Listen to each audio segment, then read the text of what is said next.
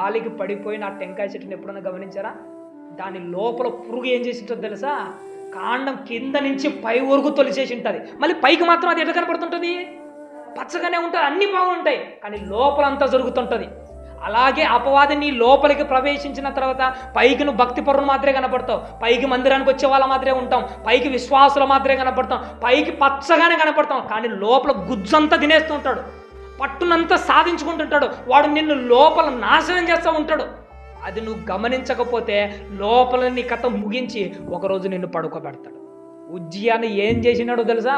వాడు లోపలుండి తింటా వచ్చాడు అపవాది. ఉజ్జియాని అలానే తింటా వచ్చినాడు. ఉజ్జియానే కాదు, ఒకరోజు నిన్ను కూడా అలానే తింటాడు.